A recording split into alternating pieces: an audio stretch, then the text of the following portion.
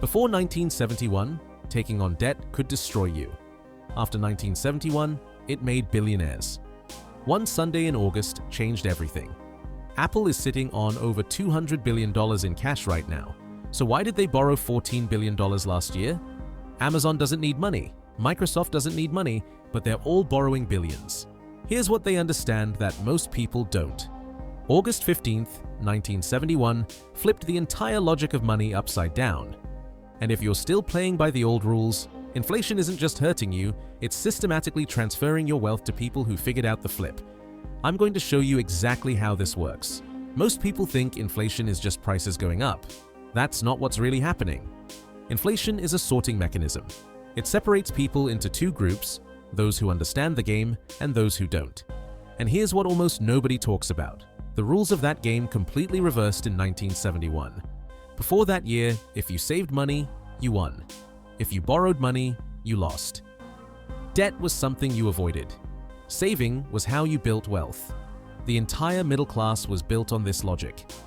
Then Nixon did something on a Sunday evening that changed everything. He closed the gold window. Temporary, he said, but it became permanent. And overnight, the math of money flipped. Suddenly, savers became the losers, borrowers became the winners. But most people never got the memo. They're still following advice their grandparents gave them.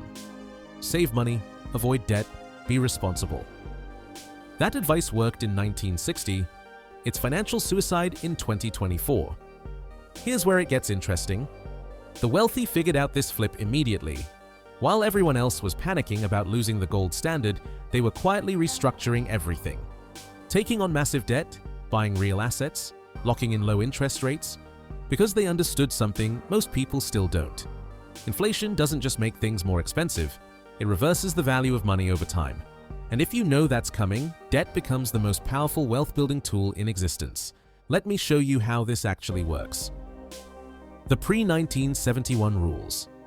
Before 1971, every dollar was backed by gold. You could literally walk into a bank and exchange your dollars for actual gold. This meant governments couldn't just print money whenever they wanted. The amount of money in the system was limited by how much gold existed. In that world, debt was dangerous. Here's why. If you borrowed $1 million in 1950, you had to pay it back with dollars that held the same value in 1970. Maybe more value, because sometimes prices actually went down. Deflation happened, money appreciated. That $1 million debt could become harder to pay off, not easier. So in the gold standard era, you borrowed only when absolutely necessary. You paid it off as fast as possible. And you saved aggressively because your savings actually gained purchasing power over time.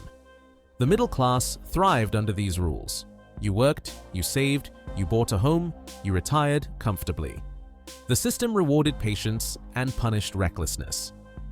Then, August 15, 1971 happened. Nixon announced the US would no longer convert dollars to gold. A temporary measure, he said, a market adjustment. It was supposed to last a few months. It never ended. And here's what most people miss. This wasn't just a policy change, it was a complete inversion of how money works. The post-1971 rules. Once the gold backing disappeared, money became something entirely different. It wasn't a store of value anymore, it was a policy tool, and governments could create as much of it as they wanted. This is where everything flipped. In a gold-backed system, money stays stable or appreciates. In a fiat system, money constantly depreciates. It has to, because governments, banks, and corporations all need it to. The entire modern economy is built on credit expansion, and credit expansion requires inflation to survive. Here's the math that changes everything. Let's say you take out a mortgage in 2020 for $350,000 at 2.8% interest. Real numbers, that's exactly what someone could get in December 2020. Your monthly payment is fixed, same amount every month for 30 years. But here's what happens with inflation. Every year, the real value of that debt shrinks. If inflation runs at 4% annually, that $350,000 debt becomes worth about $280,000 in today's dollars after just 5 years.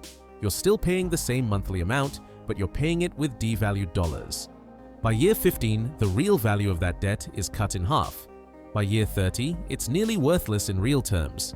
Meanwhile, the house you bought with that mortgage, it's appreciating at the rate of inflation, or faster. The asset goes up, the debt goes down. You just made a fortune and you did it with borrowed money. And here's the part that almost nobody talks about. The rich didn't just figure this out, they weaponized it. When the Federal Reserve dropped interest rates to near zero in 2020, Apple borrowed billions. They didn't need it. They're sitting on over $200 billion in cash.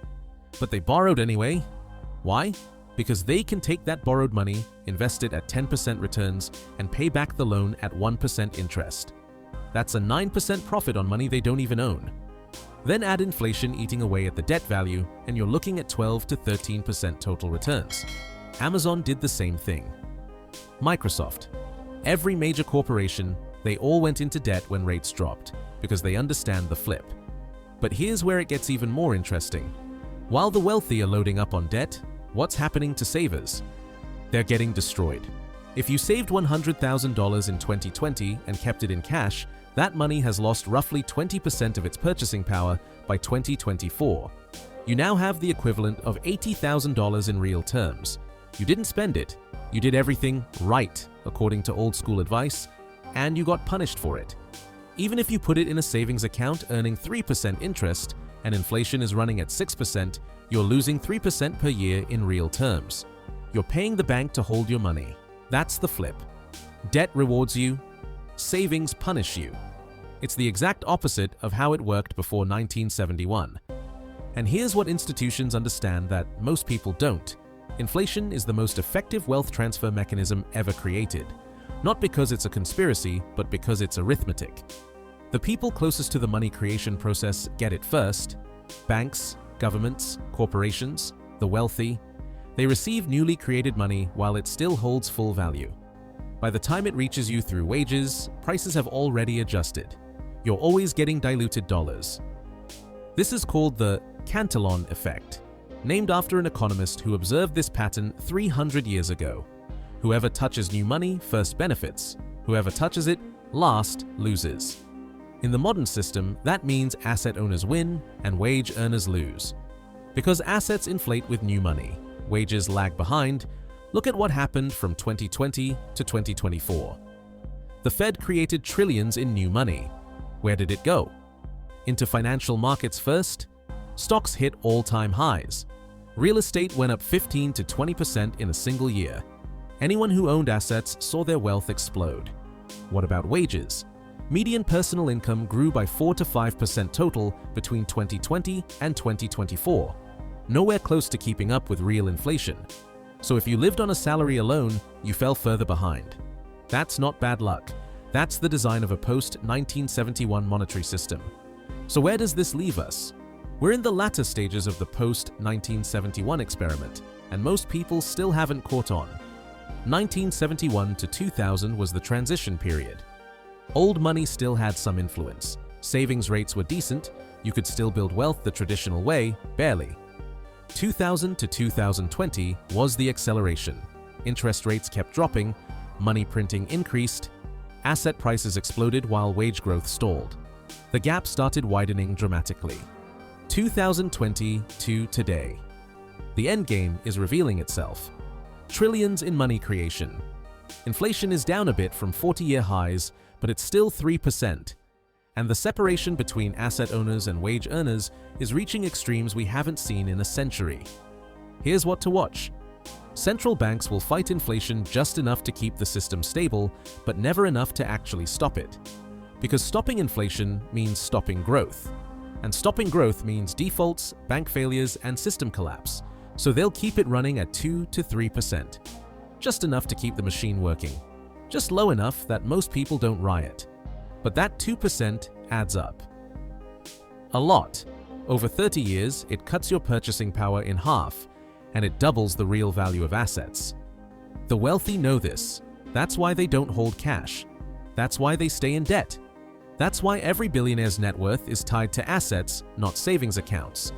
The 1971 flip taught them one lesson. Borrow in today's dollars, repay in tomorrow's pennies. If you're still saving cash and avoiding debt, you're playing by 1960s rules in a 2025 game. And the house always wins when you don't know what game you're playing. The rich aren't smarter than you. They just figured out the rules changed 54 years ago. Here's how regular people can profit from the new rules, safely. You don't need billionaire tricks to use inflation in your favor. Focus on 3 moves. Kill bad debt first, credit cards, personal loans, buy now, pay later. That's inflation working against you. Next, use only simple, fixed-rate debt on real assets. A sensible mortgage or a business that actually produces cash. No margin, no adjustable rate time bombs. Finally, own productive assets, not piles of cash. Keep an emergency fund, but put long-term money into things that can grow faster than prices, not a 3% account in a 5% inflation world. This isn't about being reckless with debt.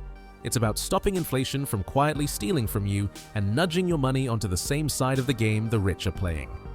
If you found this perspective valuable, hit subscribe. The patterns are already here. I'm just showing you where to look. We publish fresh content several times a week to help you understand the economy and protect and grow your wealth, and keep the momentum going. Watch Why the Stock Market Hasn't Crashed Yet, What They Don't Want You to Know. It's on the screen. Click it, and I'll see you there. If you want to get your financial house in order, I've put some links in the description that may help. Check it out. Thanks for watching. See you on the next one.